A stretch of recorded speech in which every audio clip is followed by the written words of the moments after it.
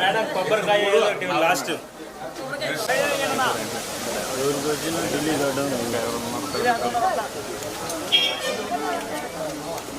అదేనా కొద్దిగా ఇంకా ఇటు జరిపోదు కొద్దిగా వెనక్కి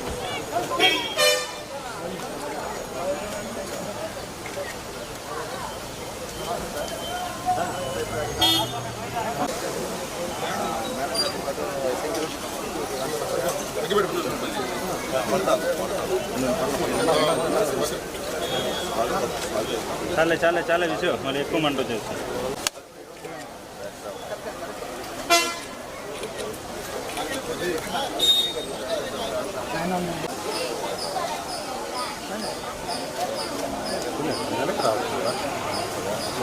లేదు కూర్చో కర్పూరం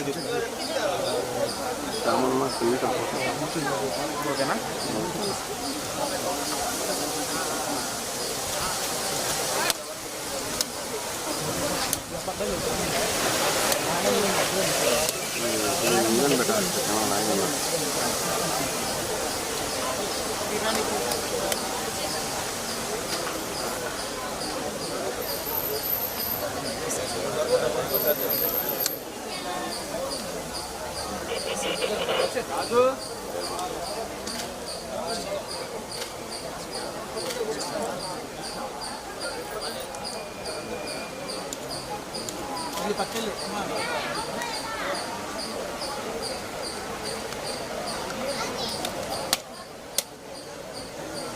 ఢిల్లీ వెనక్కి పక్కన వెనక్కి రా చూసుకోవాలి సార్ వెనక్కి వెనక్కి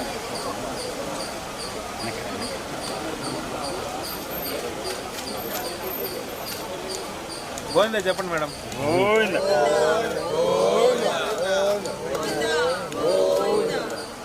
భాగంగా ఈరోజు పాయకరపేట నియోజకవర్గంలో నా సోదరులందరితో పాటు ఈరోజు ఈ కార్యక్రమానికి రావడం జరిగింది. తిరుమల తిరుపతి దేవస్థానానికి రావడానికి మెట్ల మార్గాన రావడం జరిగింది.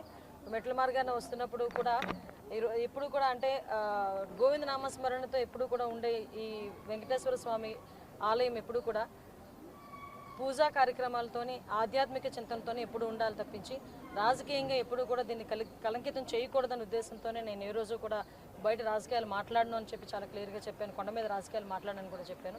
అందులో భాగంగానే ఒకటే చెప్తున్నాను, ఆ వెంకటేశ్వర స్వామి దయ ఈరోజు మా అందరి మీద, ముఖ్యంగా చంద్రబాబు నాయుడు గారి మీద, ఎన్డీఏ కూటమి అందరి మీద ఉండి మంచి పరిపాలన అందించడంలో ఆ దేవదేవుని ఆశీస్సులు ఉండాలని మనస్ఫూర్తిగా చూశానండి. యాక్చువల్గా నేను చూసినప్పుడు ఒక సైడ్ని యాక్చువల్గా వాళ్ళకి కొండవాలు ఉంది.